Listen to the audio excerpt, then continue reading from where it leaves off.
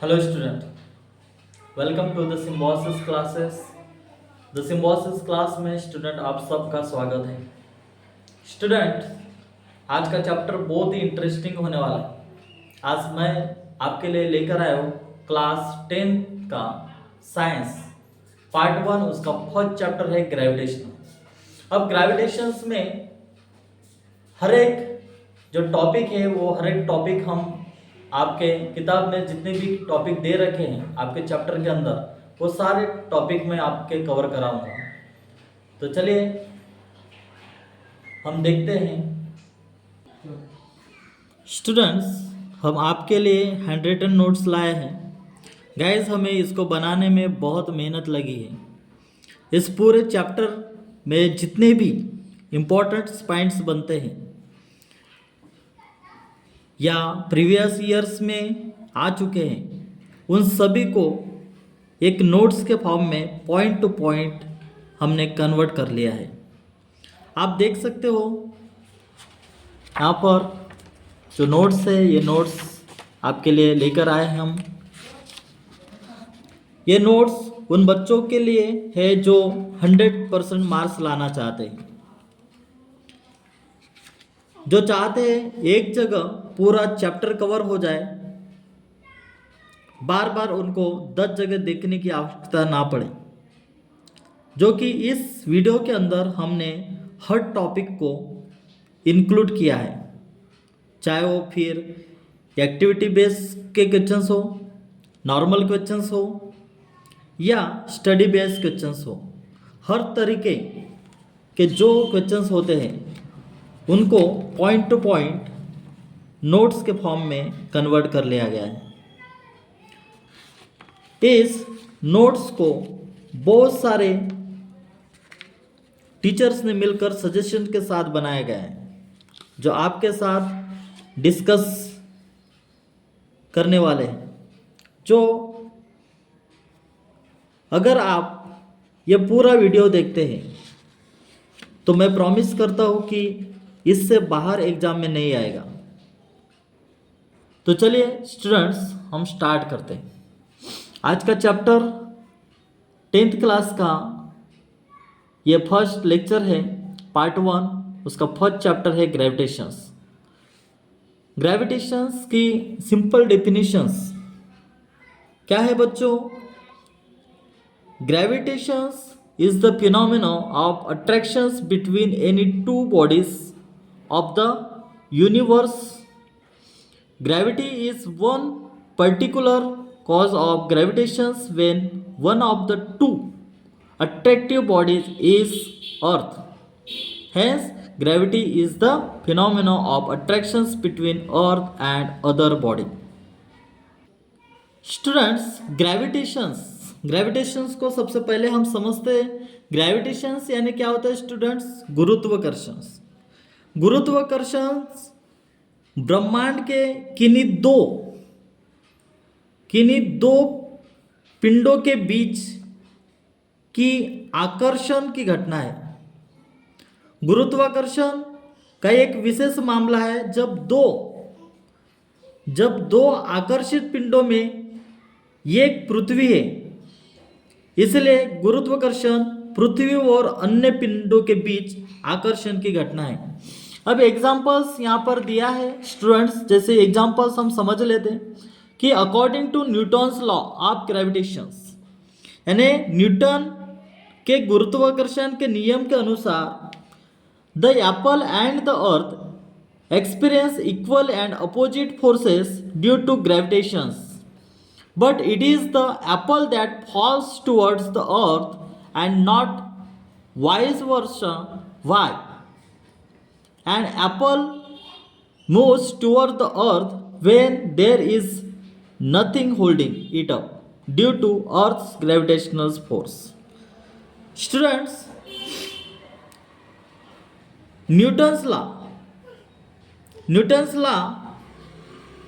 Newton's के गुरुत्वाकर्षण के नियम के अनुसार सेब और पृथ्वी समान और विपरीत बलों का अनुभव करते हैं। गुरुत्वाकर्षण के कारण सेब जो है वो पृथ्वी की ओर गिरता है, न कि इसके विपरीत। पृथ्वी के गुरुत्वाकर्षण बल के कारण सब जो सेब जो है वो पृथ्वी की ओर तक बढ़ता है जब उसे रोकने के लिए कोई चीज नहीं होती। आपके टेक्स्ट बुक में ये एग्जाम्पल दे रखा है। ये देखो students, concept of the gravitational force and the gravitational force between the earth and the moon. यहां पर जैसे कि हमने सीखा है कि गुरुत्वाकर्षण की जो घटना सर आइजैक न्यूटन ने की थी सबसे पहले। कहानी के अनुसार इस पेड़ से सेब को जमीन पर गिरते हुए देखकर उसे शक्ति का पता चला। उसे आश्चर्य हुआ कि सभी सेब लंबवत नीचे की ओर क्यों गिरते, वे एक क्षैतिज दिशा में क्यों नहीं उड़ते। बहुत विचार करने के बाद वह इस निष्कर्ष पर पहुंचते हैं कि पृथ्वी सेब को अपनी ओर आकर्षित कर रही होगी और यह आकर्षण शक्ति पृथ्वी के केंद्र की ओर निर्देशित होगी। पेड़ पर सेब से पृथ्वी के केंद्र तक की दिशा सेब की स्थिति पर ऊर्ध्वाधर दिशा है और इस प्रकार सेब लंबवत नीचे की ओर गिरता है। अब यहाँ पर जो ग्रेविटेशनल फोर्स है, यहाँ पर मून है, यहाँ पर ट्रीज है और ट्रीज पर जो एप्पल लगे हुए वो एप्पल्स पृथ्वी पर गिर रहे, यानी पृथ्वी पर जो ग्रेविटेशनल फोर्स है, ग्रेविटेशनल फोर्स के वजह से वो एप्पल्स पृथ्वी पर गिर रहा है। फिर नेक्स्ट पॉइंट स्टूडेंट्स हम यहाँ पर देखेंगे कि फोर्स एंड मोशन। तो सबसे पहले फोर्स क्या होता है उसके बारे में हम समझेंगे। अब student, what is the definition of force? A force is an action that changes or maintains the motion of a body or object. Simply stated, a force is a push or a pull. Forces can change an object's speed, its direction, and even its shapes. Students, force यानी बल।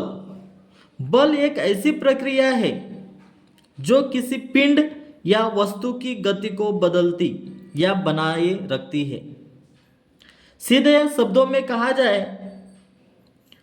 तो बल एक धक्का, बल force is a push or a pull. बल एक धक्का या खिंचाव है। बल किसी वस्तु की गति, उसकी दिशा, यहां तक कि उसके आकार को भी बदल सकते हैं। Forces can change an object speed, its direction and even its shape. ये आपको ध्यान में रखना है फोर्स का डेफिनेशंस। अब हम आगे बढ़ते बच्चों, आगे का स्टेप और एग्जांपल्स है इसका। Pushing a door open, pulling it closed, stretching a rubber bond, all of this action require force. यहां पर पुशिंग अ डोर ओपन, दरवाजे को धक्का देकर खोलना, पुलिंग इट क्लोज, खींचकर बंद करना, स्ट्रेचिंग और रबर बॉन्ड, रबर बैंड खींचना, ये सब कार्य के लिए बल की आवश्यकता होती है। अगर आपको दरवाजे को ओपन करना है तो आपको बल लगेगा। अगर दरवाजे को खींचकर बंद करना है तब भी आपको फोर्स लगेगा, बल लगेगा। या फिर रबर बैंड खींचते हैं तो उसमें भी आपको बल लगेगा। तो ये उसके कुछ एग्जाम्पल हैं।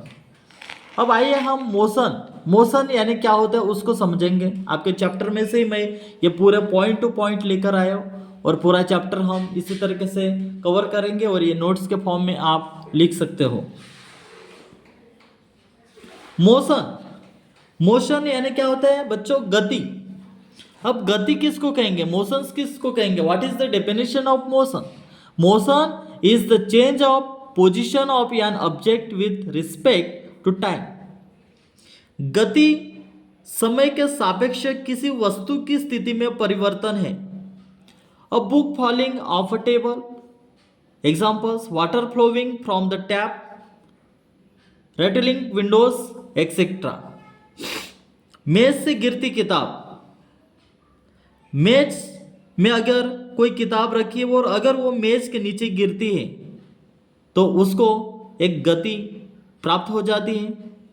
Water flowing from the tap, नल से बहता पानी। रटलिंग विंडोज, खटखड़ाती खिड़कियां आदि। All exhibit motions, even the air that we breathe exhibits motions, everything in the universe moves। यहां तक कि जिस हवा में हम सांस लेते हैं वह भी गति दर्शाती है और ब्रह्मांड में सब कुछ चलता है। जो हम सांस लेते हैं वो सांस भी एक गति को दर्शाता है। तो सिंपल सी बात है, ये एग्जांपल्स दिया है यहाँ पर मैंने। A book falling of a table, ये एक एग्जांपल हो गया मोशन का। Water flowing from the tap, rattling windows, ये 3 एग्जांपल्स काफ़ी है यहाँ पर। जो मोशन जो है, मोशन किसको कहेंगे, फिर से मैं आपको बता देता हूँ कि गति समय के सापेक्ष किसी वस्तु की स्थिति में परिवर्तन है। Motion is the change of position of an object with respect to time. Then आगे हम बढ़ते बच्चों,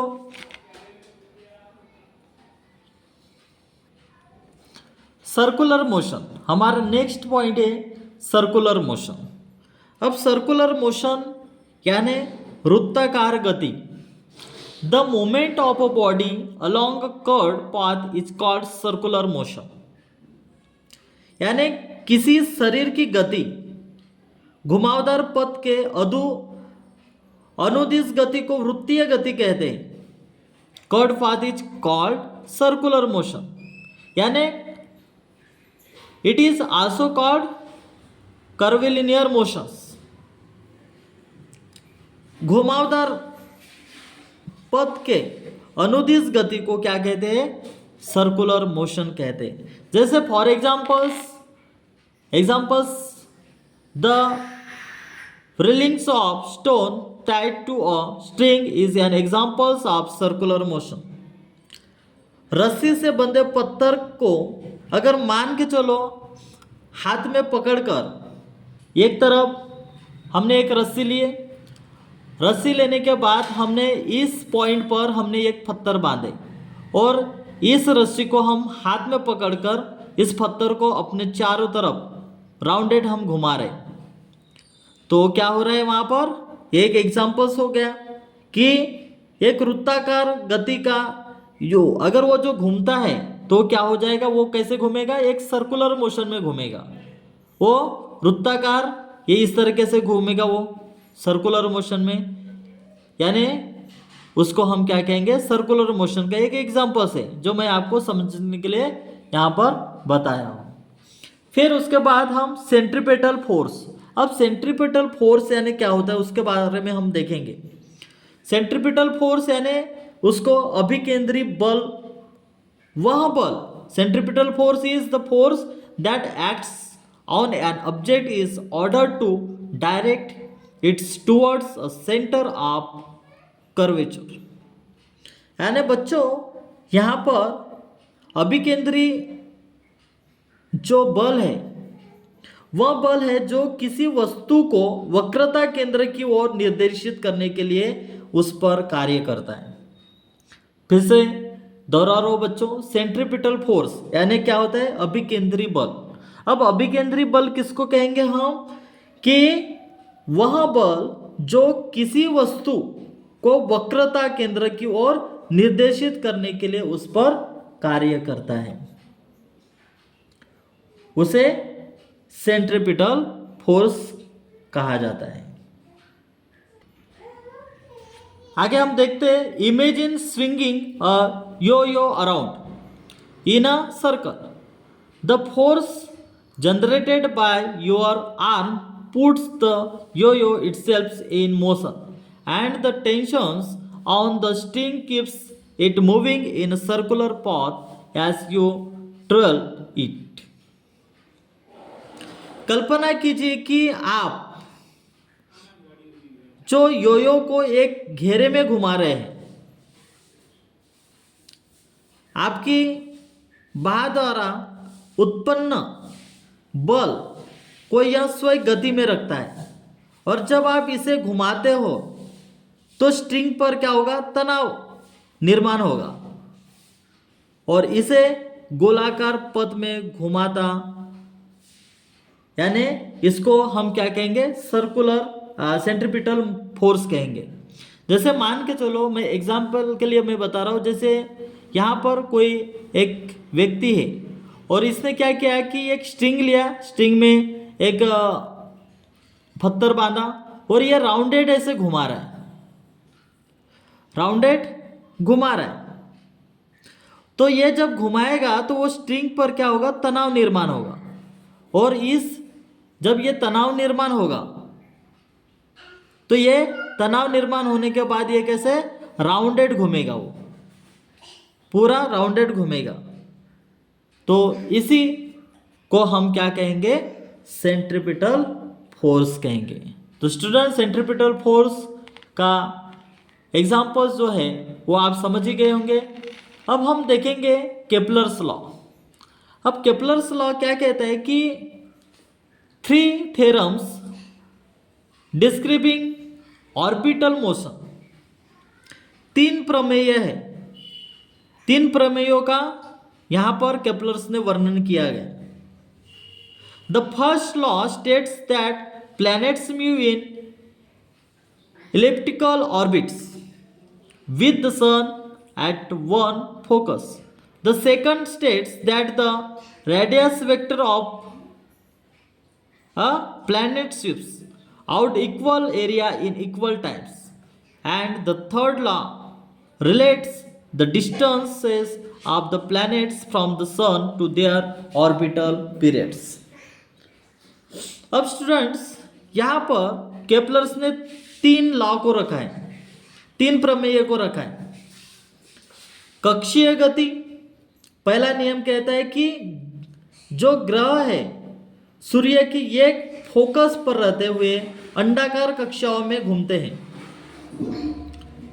दूसरे में उसने क्या कहा कि किसी ग्रह का रेडियस वेक्टर किसी दूसरे का जो रेडियस वेक्टर है समान समय में समान क्षेत्रों को नष्ट कर देता है। और तीसरे इसमें थर्ड लॉ में उसने क्या कहा है कि सूर्य के ग्रहों की दूरी और उनकी परिक्रमा अवधि से संबंधित है। ये तीनों लॉ को हम और गहराई से समझते हैं। अब हम आगे बढ़ते, देखो केपलर फर्स्ट लॉ, ये बहुत इंपॉर्टेंट नोट्स है बच्चों। चैप्टर के अंदर जितने भी पॉइंट बनते हैं ये मैं आपको एक्सप्लेन करने की कोशिश कर रहा हूं, आपको समझाने की कोशिश कर रहा हूं। यहां पर केपलर्स फर्स्ट लॉ क्या कहता है कि each planets orbit about the sun is an ellipse, यानी केपलर का पहला नियम जो है वो सूर्य के चारों ओर प्रत्येक ग्रह की कक्षा का दीर्घवृत्त है। The sun's center is always located at one focus of the orbital ellipse. The sun is at one focus. यानी सूर्य का केंद्र हमेशा कक्षीय दीर्घवृत्त के एक फोकस पर स्थित होता है। The planet follows the ellipse in its orbit, meaning that the planet to sun distances is constantly changing as the planet goes around its orbit.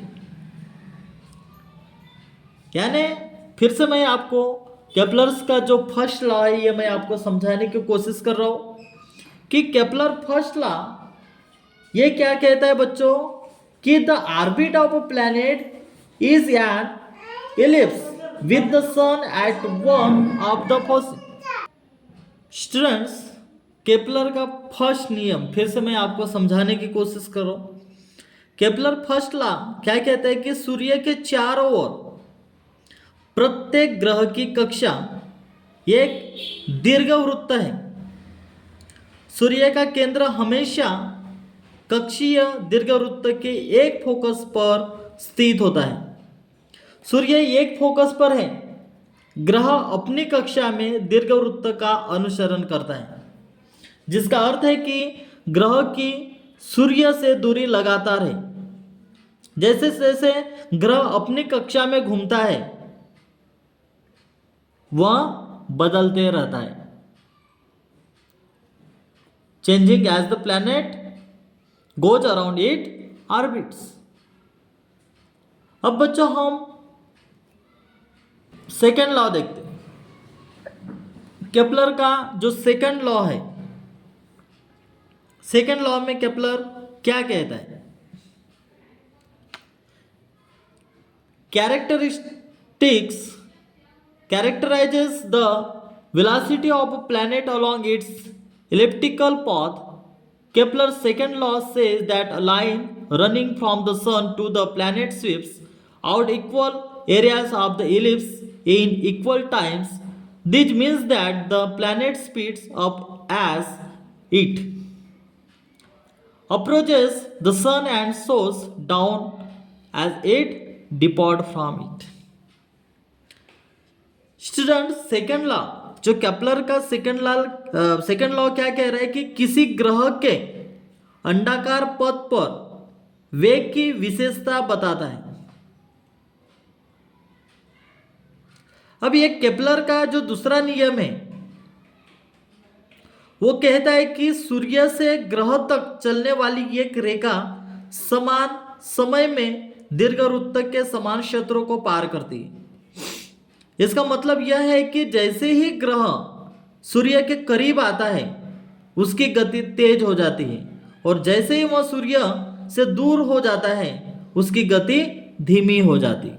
आपको समझना है what is the definition of Kepler second law. Second law का जो definition है वो क्या कहते हैं? The line joining the planet and the sun sweeps equal areas in equal intervals of time. यानी स्टूडेंट्स क्या होता है कि जैसे ही ग्रह सूर्य के करीब आते हैं उसकी गति तेज हो जाती, और जैसे ही वह सूर्य से दूर हो जाता है उसकी गति क्या हो जाती? स्लो डाउन हो जाती। अब ये सेकंड लॉ स्टूडेंट्स आप समझ गए होंगे। अब हम आगे बढ़ते हैं केपलर्स का थर्ड लॉ।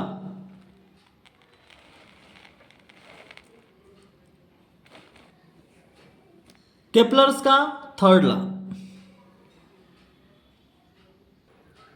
अब देखो स्टूडेंट्स, यहां पर जो केपलर्स फर्स्ट लॉ है उसमें यहां पर the orbit of a planet moving around the sun. चलिए हम ये डायग्राम जो आपके टेक्स्ट बुक में दिया गया है, यस जो है ये सन को दर्शाता है, इंडिकेटेड किया है। Sun is indicated by S. यहां पर देखा जाए तो the orbit of a planet is an ellipse with the sun at one of the foci. यानी किसी ग्रह की कक्षा एक दीर्घ वृत्ताकार होती है जिसके एक केंद्र पर सूर्य होता है। अब यहां पर देख सकते हो स्टूडेंट्स कि सूर्य के चारों ओर ये सूर्य है और इसके चारों ओर घूमते हुए ग्रह की अंडाकार कक्षा को दर्शाता है। ये इसके चारों ओर क्या है? ये ग्रह है।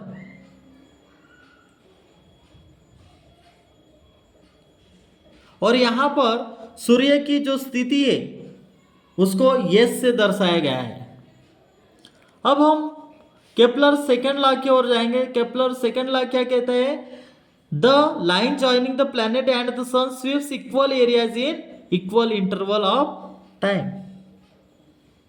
ग्रह और सूर्य को मिलाने वाली रेखा, ग्रह और सूर्य को मिलाने वाली रेखा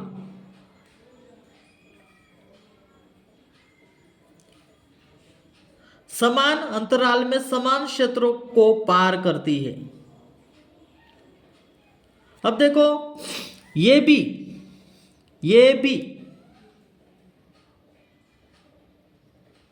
और सी डी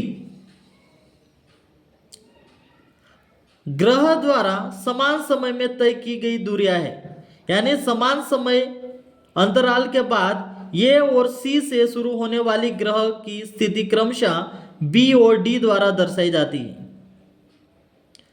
सीधी रेखाएं कौन सा है यहां पर? ये यस और सी यस। समान अंतराल में समान क्षेत्रफल तय करती, अर्थात ये यस बी और सी यस डी क्षेत्रफल के बराबर है। अब हम थर्ड लॉ देखते हैं। Third law, Newton's third law. The squares of the orbital periods of the planets are directly proportional to the cubes of the semi-major axes of their orbits. Kepler's third law implies that the period for a planet to orbit the sun increases rapidly with the radius of its orbit. Kepler's का तीसरा नियम बच्चों क्या कहता है कि सूर्य के चारों ओर उसकी परिक्रमण अवधि का वर्ग किसी ग्रह की सूर्य से औसत दूरी के घन के समानुपाती होती है।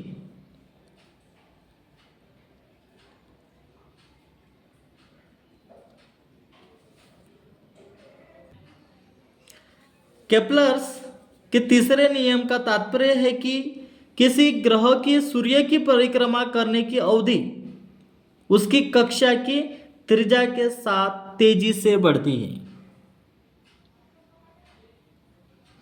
अब थर्ड कॉन्सेप्ट भी स्टूडेंट्स आप समझ गए होंगे। अब हम आगे बढ़ते हैं। Newton's law of universal gravity. अब Newton's law of universal gravity क्या होती? Newton's law of universal gravitation states that every particle attracts every other particles in the universe with force directly proportional to the product of the masses and inversely proportional to the square of the distance between them. Newton के सार्वभौमिक गुरुत्वाकर्षण के नियम में कहा गया है कि प्रत्येक कण ब्रह्मांड में हर दूसरे कण को आकर्षित करता है और द्रव्यमान के उत्पाद के सीधे आनुपातिक और उसके बीच की दूरी के वर्ग के विक्रमानुपाती होता है। यानी अब students Newton's law of universal gravitations, इसमें केपलर के नियमों सहित उपरोक्त सभी विचारों ने न्यूटन को सार्वभौमिक गुरुत्वाकर्षण के सिद्धांत को तैयार करने के लिए प्रेरित किया। इस सिद्धांत के अनुसार ब्रह्मांड में प्रत्येक वस्तु एक निश्चित बल के साथ हर दूसरी वस्तु को आकर्षित करती है। यह बल दो वस्तुओं के द्रव्यमान के गुणनफल के समानुपाती होता है और उनके बीच की दूरी के वर्ग के विक्रमानुपाती होता है। यह रहा हमारा न्यूटन्स लॉ ऑफ यूनिवर्सल ग्रेविटेशंस, जिसे हम कहते हैं उसका डेफिनेशंस, ये आपको याद रखना है।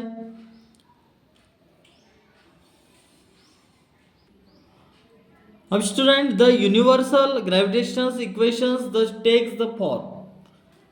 अब इसका जो समीकरण है यूनिवर्सल ग्रेविटेशनल का, तो इसका समीकरण कैसे यहाँ पर ये इनवर्सली प्रोपोर्शन m1 m2 जो है ये मास है, because two object with masses m1 and m2 kept at distance d है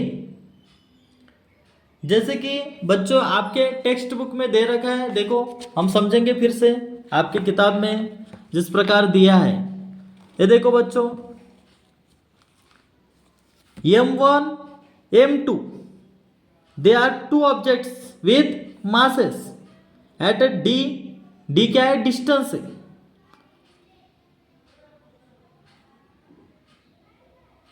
mathematically the gravitational force of attraction between this two bodies can be written as, दो bodies को किस तरीके से लिखा गया यहाँ पर? g जो है, g को क्या कहें? g is the constant of proportionality and is called the universal gravitational constant. अब स्टूडेंट्स M1 एंड M2 जो है द्रव्यमान वाली दो वस्तुएं एक दूसरे से दूरी पर रखी गई है, एक दूसरे के दूरी से है वो, और इसको जो मैथमेटिकली गणितीय रूप से इन दोनों पिंडों के बीच आकर्षण के गुरुत्वाकर्षण बल को इस प्रकार लिखा जाता है। यहां जो g है ये आनुपातिकता का स्थिरांक है, कांस्टेंट ऑफ प्रोपोर्शनलिटी, और इसे यूनिवर्सल ग्रेविटेशनल कांस्टेंट कहा जाता है।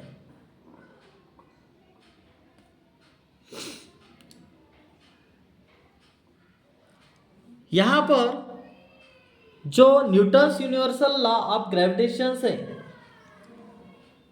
यदि एक वस्तु का द्रव्यमान दोगुना हो जाता है तो दोनों वस्तुओं के बीच का बल भी दोगुना हो जाता है।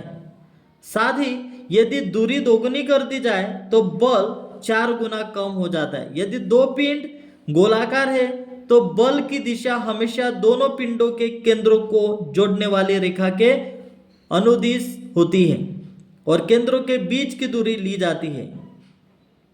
ऐसे मामले में जब पिंड गोलाकार नहीं होते हैं या अनियमित आकार के होते हैं तो बल की दिशा उनके द्रव्यमान केंद्रों को जोड़ने वाली रेखा के अनुरूप होती है, और d को जो द्रव्यमान केंद्रों के बीच की दूरी माना जाता है।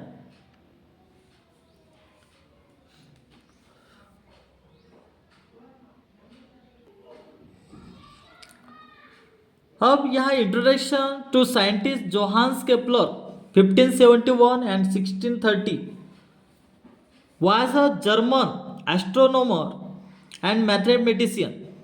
He started working as a helper to the famous astronomer Johannes Kepler 1571 and 1630 तक एक जर्मन खगोलशास्त्री और गणितज्ञ थे। उन्होंने 1600 में प्राग में प्रसिद्ध खगोलशास्त्री टाइको Brahe in Prague in 1600 after the sudden death of Brahe in 1601, Kepler was appointed as the royal mathematician in his place. Kepler used the observations of planetary positions made by Brahe to discover the laws of planetary motions. He wrote several books. His work was later used by Newton in postulating his law of gravitation. अब यहाँ पर 1601 में Brahe की अचानक मृत्यु के बाद Kepler को उनके स्थान पर शाही गणितज्ञ के रूप में नियुक्त किया गया था। केपलर ने ग्रहों की गति के नियमों की खोज के लिए ब्राहे द्वारा किए गए ग्रहों की स्थिति के अवलोकन का उपयोग किया। उन्होंने कई किताबें लिखी। उनके कार्य का उपयोग बाद में न्यूटन द्वारा गुरुत्वाकर्षण के नियम को प्रतिपादित करने के लिए किया गया है। तो German astronomer and mathematicians Johannes Kepler. अब नेक्स्ट पॉइंट है बच्चों हमारा uniform circular motion. When an object moves in a circular track path with uniform speed, it moves is called uniform circular motion। एक समान गोलाकार गति यूनिफॉर्म सर्कुलर मोशन किसे कहेंगे? जब कोई वस्तु या वृत्तीय पथ पर एक समान गति से चलती है तो उसकी गति को एक समान वृत्तीय गति कहा जाता है। Examples, if the athlete moves with velocity of constant magnitude along the circular path, the only change in his velocity is due to the change in the direction of motion। उदाहरण के लिए, यदि एथलीट निरंतर परिमाण के वेग के साथ चलता है, वृत्ताकार पथ में ही उसका परिवर्तन होता है। उसका वेग गति की दिशा में परिवर्तन के कारण होता है। उसका वेग गति की दिशा में परिवर्तन के कारण होता है। अब स्टूडेंट ये कॉन्सेप्ट आप समझ गए होंगे। अब आगे नेक्स्ट पॉइंट हमारा क्या है? मैग्नीट्यूड ऑफ सेंट्रीपिटल फोर्स, अभिकेंद्री बल का परिणाम। According to the Newton second law of motion, net force is mass times acceleration net F is equal to ma। For uniform circular motion, the acceleration is the centripetal accelerations। यानी Newton के गति के दूसरे नियम के अनुसार शुद्ध बल द्रव्यमान गुना त्वरण है। शुद्ध F is equal to ma एक समान वृत्तीय गति के लिए अभिकेंद्रीय त्वरण है।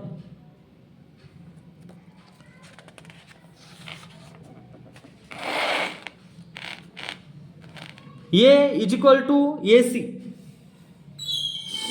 Thus the magnitude of centripetal force FC is equal to MAC।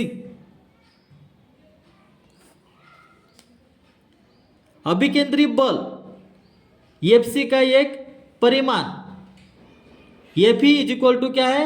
MAC। Then consider an object of mass m moving along a circular path of radius r with a velocity v, its centripetal acceleration is given by A is equal to v square upon r। द्रव्यमान जो है m की वस्तु पर विचार करें। त्रिज्या के वृत्ताकार पथ पर v जो है v वेग से चलते हुए इसका अभिकेंद्रीय त्वरण है। यहां पर क्या दिया गया है? A is equal to v square upon r. अंत अभिकेंद्रीय बल का परिणाम द्वारा दिया गया है। F is equal to mass multiply centripetal accelerations, F is equal to m square upon r. Then next point students हमारा क्या रहेगा? Earth gravitational force. अब earth gravitational force, what is the definition of earth gravitational force? The weight of the body is the force with which the earth attracts it toward the center. It is commonly used as a measure of mass in a region of constant gravitational accelerations. Any object and or near the earth will be affected by gravitational forces। पृथ्वी का गुरुत्वाकर्षण बल, वस्तु का भार वह बल है जिससे पृथ्वी उसे केंद्र की ओर आकर्षित करती है। इसका उपयोग आमतौर पर स्थिर गुरुत्वाकर्षण त्वरण वाले क्षेत्र में द्रव्यमान के माप के रूप में किया जाता है। पृथ्वी पर या उसके निकट कोई भी वस्तु गुरुत्वाकर्षण बलों से प्रभावित होगी। यानी बच्चों, पृथ्वी अपने निकट की वस्तुओं पर गुरुत्वाकर्षण बल लगाती। न्यूटन के गति के दूसरे नियम के अनुसार किसी पिंड पर लगने वाले बल के परिणाम स्वरूप उसका त्वरण होता है। इस प्रकार किसी पिंड पर पृथ्वी के कारण लगने वाले गुरुत्वाकर्षण बल के परिणाम स्वरूप उसका त्वरण होता है। इसे गुरुत्वाकर्षण के कारण त्वरण कहा जाता है और इसे जी से दर्शाया जाता है। इसे जी से दर्शाया जाता है।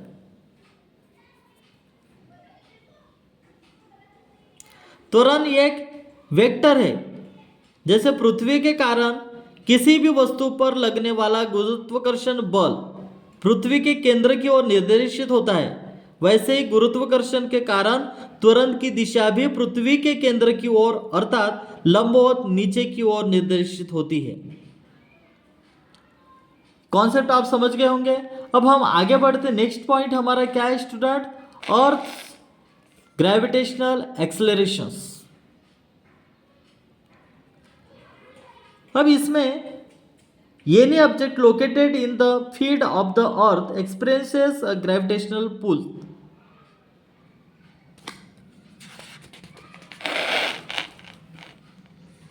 Gravitational accelerations is described as the object receiving an acceleration due to the force of gravity active on it. It is represented by g and its unit is m metre second square. Gravitational acceleration is a quantity of vector that is it has both magnitude and directions. अब students, पृथ्वी के क्षेत्र में स्थित कोई भी वस्तु गुरुत्वाकर्षण खिंचाव का अनुभव करती है। गुरुत्वाकर्षण त्वरण को उस वस्तु के रूप में वर्णित किया गया जाता है जो उस पर लगने वाले गुरुत्वाकर्षण बल के कारण त्वरण प्राप्त करती है। इसे जी द्वारा दर्शाया जाता है और इसकी इकाई जो है वो कितनी है? Units minute second square. अब ग्रेविटेशनल त्वरण वेक्टर की एक मात्रा है, अर्थात इसके परिमाण और दिशा दोनों होते हैं। इसमें परिमाण और दिशा दोनों होते हैं। नेक्स्ट पॉइंट हम लेकर आते हैं मास। अब यह मास क्या होता है इसको भी हम समझ लेते हैं। मास is the amount of matter present in any object or body. Everything we see around us has mass. For example, a table, a chair, your bed, a football, a glass, and even air has mass. This means all objects are light or heavy because of their mass. Students, मास यानी उसको क्या कहेंगे हम? द्रव्यमान। द्रव्यमान किसी वस्तु या पिंड की मौजूद पदार्थ की मात्रा है। हम अपने आसपास जो कुछ भी देखते हैं उसमें मंगल होता है। उदाहरण के लिए जैसे मान के चलो एक मेज, एक ग्लास, आपका बिस्तर, एक कुर्सी, एक फुटबॉल, यहां तक कि हवा में भी द्रव्यमान होता है, मास होता है। इसका मतलब यह है कि सभी वस्तुएं अपने द्रव्यमान के कारण हल्की या भारी होती है।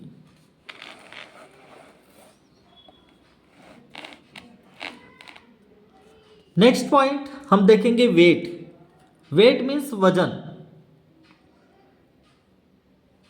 Defines weight is the force extent on a body by gravity.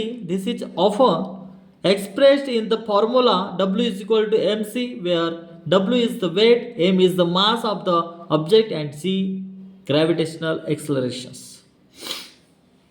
भार को, वेट यानी भार, वजन, भार को गुरुत्वाकर्षण द्वारा किसी पिंड पर लगाए गए बल से परिभाषित किया जाता है।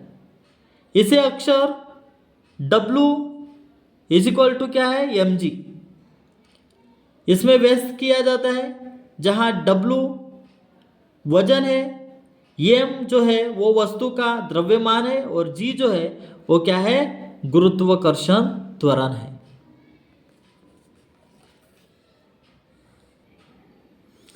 अब देखिए स्टूडेंट, मास एंड वेट आपके टेक्स्ट बुक में हम समझते हैं। Mass is the amount of matter present in the about object. The SI units of mass is kilogram. Mass is a scalar quantity. Its value is same everywhere. Its value does not change even when we go to another planet. According to Newton's first law, it is the measure of the inertia of an object. Higher the mass, higher is the inertia. अब मास के मामले में अगर बात की जाए तो द्रव्यमान वस्तु में मौजूद पदार्थ की मात्रा है। द्रव्यमान की जो SI इकाई किलोग्राम है।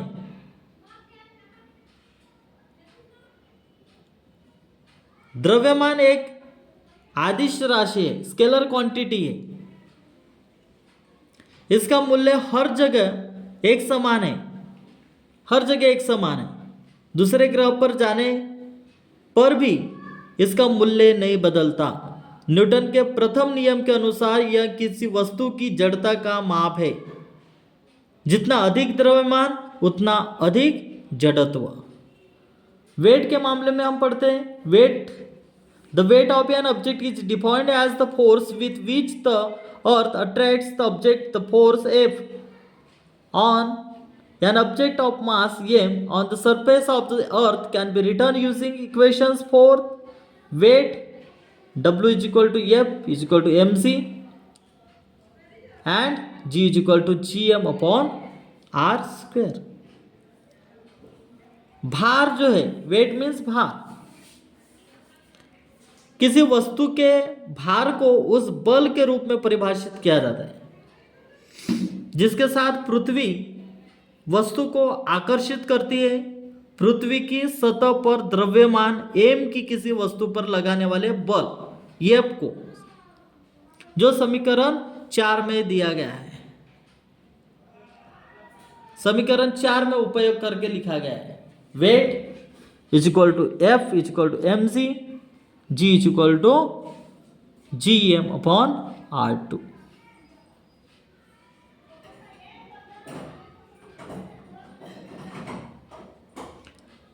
वेट, इट्स डायरेक्शन, इसकी इकाई कौन सी, SI unit,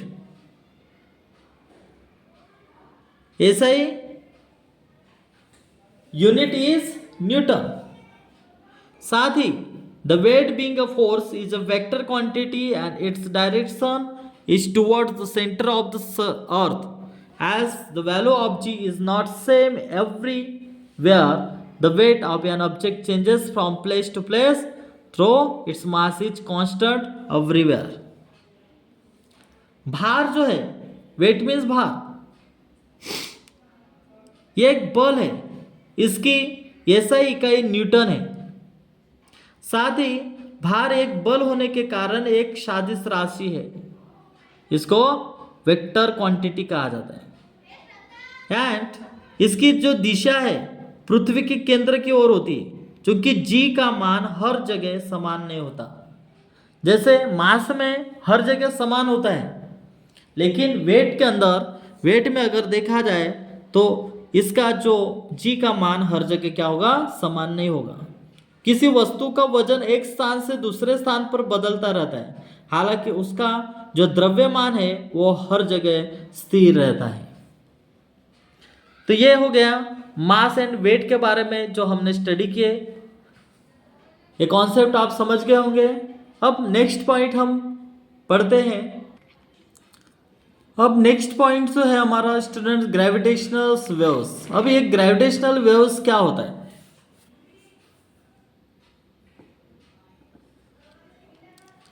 gravitational waves are ripples In the fabric of space-time caused by some of the most violent and energetic processes in the universe, when an object accelerates, it creates ripples in space-time, just like a boat causes ripples in a pond.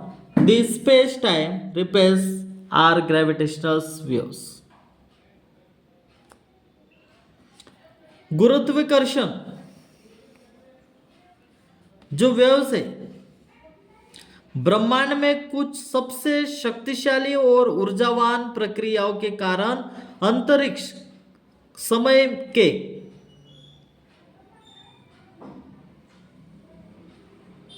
कपड़े में तरंगे हैं। जब कोई वस्तु गति करती है तो वह अंतरिक्ष समय में लहरें पैदा करती, जैसे एक नाव तालाब में लहरें पैदा करती है। ये अंतरिक्ष समय तरंगे गुरुत्वाकर्षण तरंगे हैं।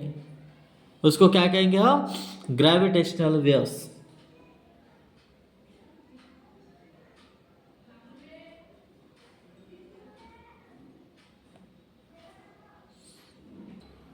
और हम स्टूडेंट इसको गहराई से समझते हैं। ग्रेविटेशनल वेव्स जो आपके टेक्स्ट बुक में दिया गया है, waves are created on the surface of water when we drop a stone into it. Similarly, you must have seen the waves generated on a string when both its ends are held in hand and it is second. Light is also a type of waves called the electromagnetic wave. Gamma rays, X-rays, ultraviolet rays, infrared rays, microwave and radio waves are all different types of electromagnetic waves. Astronomical objects emit these waves and we receive them using our instruments. All our knowledge about the universe has been obtained together these waves. Gravitational waves are a very different types of waves. They have been called the waves on the fabric of space-time. Einstein predicted their Einstein in 1916. These waves are very weak and it is very difficult to detect them. Scientists have constructed extremely sensitive instruments to detect the gravitational waves emitted by astronomical source. Among these, LIGO, Laser Interferometric Gravitational Waves Observatory is the prominent one. Exactly after 100 years of their predictions, scientists detected these waves coming from an astronomical source. Indian scientists have contributed significantly in his discovery. This discovery has opened a new path to obtain information about the universe. Gravitational waves means गुरुत्वाकर्षण लहर। जब हम पानी में पत्थर गिराते हैं, जब हम पानी में क्या करते हैं? पत्थर गिराते, तो पानी की सतह पर लहरें पैदा होती। आपने देखा होगा बच्चों, किसी पॉन्ड में अगर शांत पानी है और उस पर अगर आप पत्थर फेंकोगे तो वहां पर क्या होगा? लहरें पैदा होती। इसी प्रकार आपने तार के उत्पन्न तरंगों को भी देखा होगा। जब उनके दोनों सिरों के हाथ में पकड़कर हिलाया जाता है। प्रकाश भी एक प्रकार की तरंग है जिसे विद्युत चुंबकीय तरंग कहते हैं। गामा किरणें, एक्सरे, पराबैंगनी किरणें, अवरक्त किरणें, माइक्रोवेव और रेडियो तरंगे सभी विभिन्न प्रकार की विद्युत चुंबकीय तरंगे हैं। एस्ट्रोनॉमिकल खगोलीय पिंड इन तरंगों को उत्सर्जित करते हैं और हम उन्हें अपने उपकरणों का उपयोग करके प्राप्त करते हैं। ब्रह्मांड के बारे में हमारा सारा ज्ञान इन्हीं तरंगों के माध्यम से प्राप्त हुआ है। गुरुत्वाकर्षण तरंगे बहुत अलग प्रकार की तरंगे होती है। उन्हें अंतरिक्षमय के तान पर तरंगे कहा जाता है। आइंस्टीन ने 1916 में इनके अस्तित्व की भविष्यवाणी की थी। ये तरंगे बहुत कमजोर होती है and it is very difficult to detect them, और इनका पता लगाना बहुत मुश्किल होता है। वैज्ञानिकों ने खगोलीय स्रोतों से निकलने वाली गुरुत्वाकर्षण तरंगों का पता लगाने के लिए बेहद संवेदनशील उपकरणों का निर्माण किया। LIGO laser interferometric gravitational wave observatory प्रमुख है।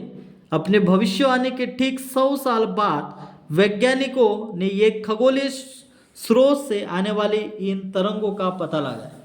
इस खोज में भारतीय वैज्ञानिकों का अहम योगदान है। इस खोज में जो ब्रह्मांड के बारे में जानकारी प्राप्त करने का एक नया रास्ता खोल दिया गया है। तो ये रहा हमारा ग्रेविटेशनल वेव्स के बारे में, जो हमने इसके बारे में थोड़ा सा डिटेल्स पढ़े। अब हमारा नेक्स्ट पॉइंट रहेगा बच्चों, next point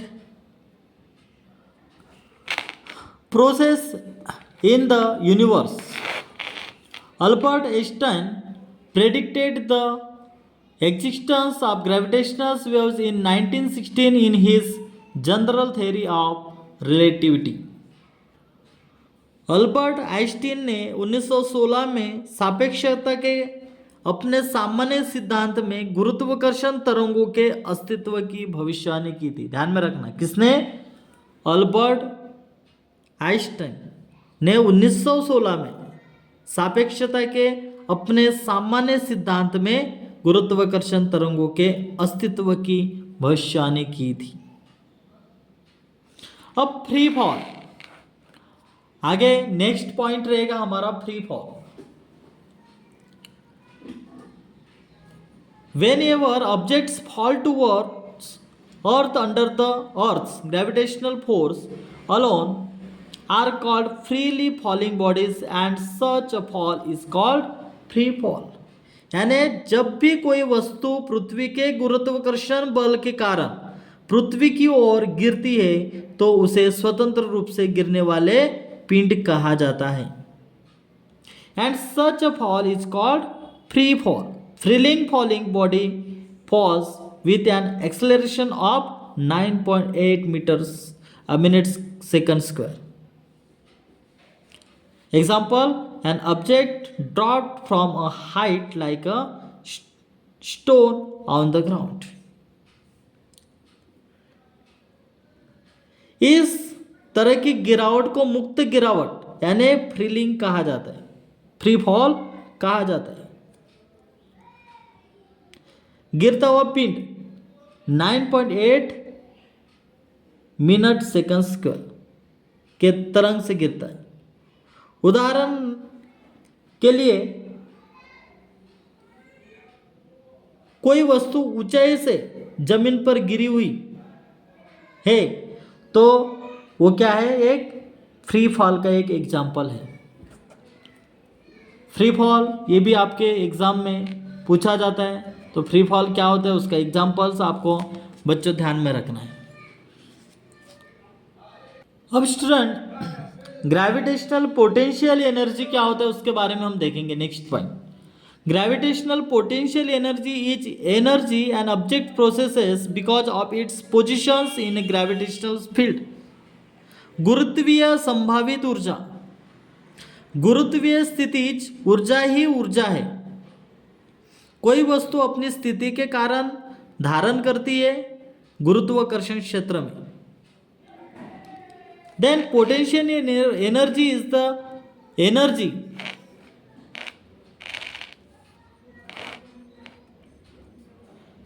processed by a body because of its positions when the sting of a bow instead the muscular energy is stored as potential energy which makes the arrow shoot forwards. Water stored in the dam acquires potential energy.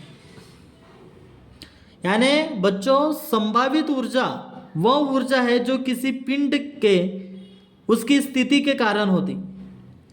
जब धनुष की डोरी को खींचा जाता है, जैसा मान के चलो एक धनुष बाण है, उसको जब उस डोरी को खींचा जाता है तो मांसपेशियों की ऊर्जा स्थितिज ऊर्जा के रूप में संग्रहित हो जाती है, जिससे तीर आगे बढ़ता है। बांध में संग्रहित जल स्थितिज ऊर्जा प्राप्त करता है। तो ये रहा उसका एग्जाम्पल्स, जो यहाँ पर आपको समझना है, आप खुद से भी समझ सकते हो।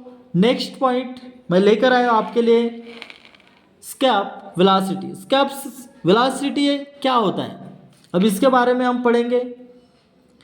Escape velocity is the minimum velocity required by a body to be projected to overcome the gravitational pull of the earth. यानी पलायन वेग, पृथ्वी के गुरुत्वाकर्षण खिंचाव पर काबू पाने के लिए किसी पिंड को प्रक्षेपित करने के लिए आवश्यक न्यूनतम वेग है। It is the minimum velocity required by an object to escape the gravitational field that is escape the land without ever falling back। यह न्यूनतम वेग है गुरुत्वाकर्षण क्षेत्र से बचने के लिए किसी वस्तु की आवश्यकता होती है, अर्थात कभी भी पीछे गिरे बिना भूमि से बच जाना।